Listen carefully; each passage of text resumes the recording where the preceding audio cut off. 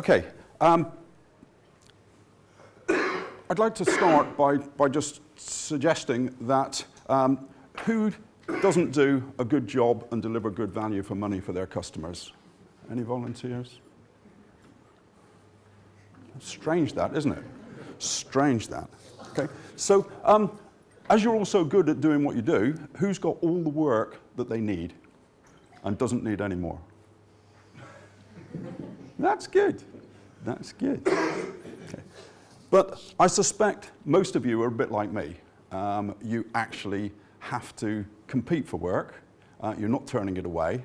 And you actually go through a process with potential clients where they look at you and they look at one or two other suppliers, hopefully only one or two other suppliers. Sometimes it seems to run to about 27.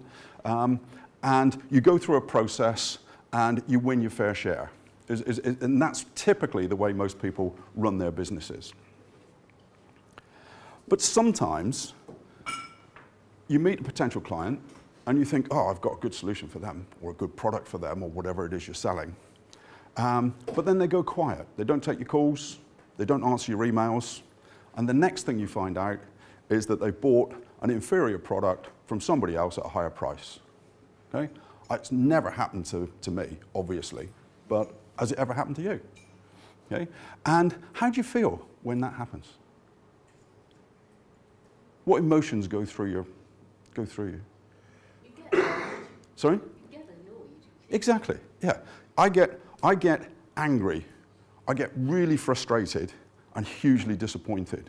And the real frustration is that I haven't managed to explain to them and convince them to engage with me. Okay. And but ultimately, you actually have to look in the mirror and say, what did our company do wrong which caused that problem? Now, what's happened over the last few years is that the world is tipped on its head in terms of the way people buy things. So let's just look at it from a buyer's perspective. How do people buy today? Over 90% of people buying anything use search at some stage during their process. 90 to 95% of people using search to actually do things. They're on the internet.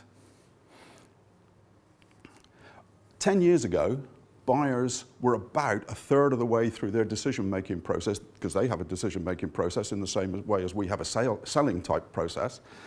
They were about a third of the way through their process before they would talk to you. Now, they're 2/3 or even 70% of the way through, and that percentage is increasing all the time because they're self-researching the solutions to what they're going to buy. And that's changed dramatically in the last 5 to 10 years. It started changing 10 years ago. The first culprit to make the change was Google, followed about 3 or 4 years later by social media and smartphones. And they have transformed. So 10 years ago, all the technology pieces were in place for this transformation to take place. But it's then taken time for people to adopt it. There were some early adopters that were really keen on it 10 years ago. There were the majority of people that were adapting to it over the intervening period. And there are still some that haven't caught on that this is a better way to proceed. But buyers are changing the way that they work. So if buyers are changing the way they're buying, how many of you, and they're changing from 35% to about 70%, okay? How many of you have made an equivalent change in the way you sell and market? Most people have gone from 35% to 45% because they've put a lot of effort into SEO to being found. But they haven't gone and aligned to the way that buyers are buying. And everything is now dominated in the digital world in terms of the way that people interact with us. Huge amount. So, my posh new, is the ink dry yet? Poster, I'm going to move it around here so that more people, hopefully you can all see it. It's almost impossible this, isn't it? I thought this was easier than a slideshow. This is a typical sales funnel. Okay? You've all probably seen diagrams in management speak or sales things about sales funnels. But what's changed is the fact that the website is so important in the way that the funnel works. but everything comes into the website. So people come in from search engines, from your Googles, they come in from clicking on email campaigns. You give them your business card on a day like today, and they go back and they just type it into a browser and have a look. They're interacting with you on social media, they're filling in data on your website, and so on. And all of these things are feeding into your funnel via the website. Lots of them leak out the sides, okay? And they leak out the sides for a whole load of reasons. Lots of the time because they don't quite get what they want when they go on the website, and a lot of the time because we don't contact them in a timely fashion. So lead comes into the website, pass it over to the sales team. Sales team then look at the lead, ring somebody up, try 3 times, can't get through, give up, right? And the lead just has come in there and it's falling out the side. Happens all the time, right? So what is now coming onto the scene is technology called marketing automation. It's been around for 3 or 4 years, but it's beginning to gain real traction. And marketing automation is technology which puts a wrapper around the funnel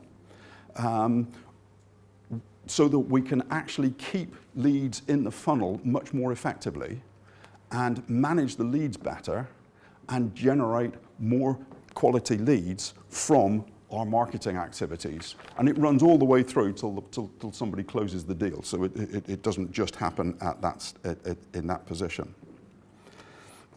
What this enables you to do is turn your marketing into 2 things: a reliable machine in terms of knowing where the leads are coming and how fast they're coming, and it also turns it into something that you can continuously improve. You all heard Dave Brailsford on the telly at the Olympics saying that British cycling had done so well through the mechanism of incremental gains. Well, by applying the right technology over your sales and marketing funnel, you can actually make incremental gains in what you do and therefore get better at what you do. And in a few years, this is going to be compulsory for any serious company in the market. Okay. So, coming back to myself, what I do is I help people select the right tools for the job, help them modify their marketing plans to take advantage of it, install the system if they want me to, and help them run the system if they want me to, or alternatively train them and let them run it themselves.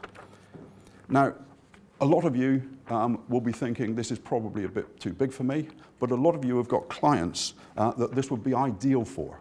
So if you've got clients that you think this sort of technology might be applicable to, talk to me and let's see how we can work together to help your clients grow and therefore be able to give you more money as well. Thank you.